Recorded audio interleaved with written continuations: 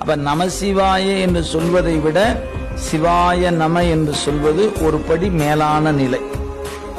அப்ப ஏன் நமசிவாயம் சொல்லணும் அப்படின்னா, உலகியல் பயன் வேண்டும் என்றால் நமசிவாயம் தான் சொல்லணும்.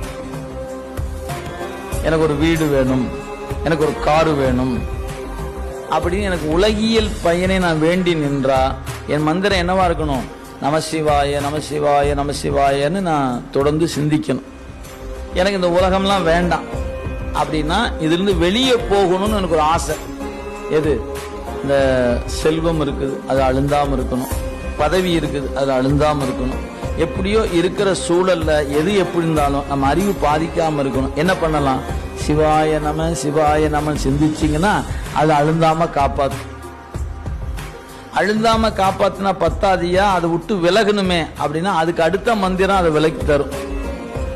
அது சிவைய சிவை என்கிற மந்திரம். அப்ப நீங்க பக்குவப்படப்பட மந்திரமும் மாறும். அதனால தீக்கையை 4 வகையா பிரித்து சமயம், விசேடம், நிர்வாணம், அபிடேகம் என்று 4 பிரிச்சு வச்சிருக்கிறாங்க.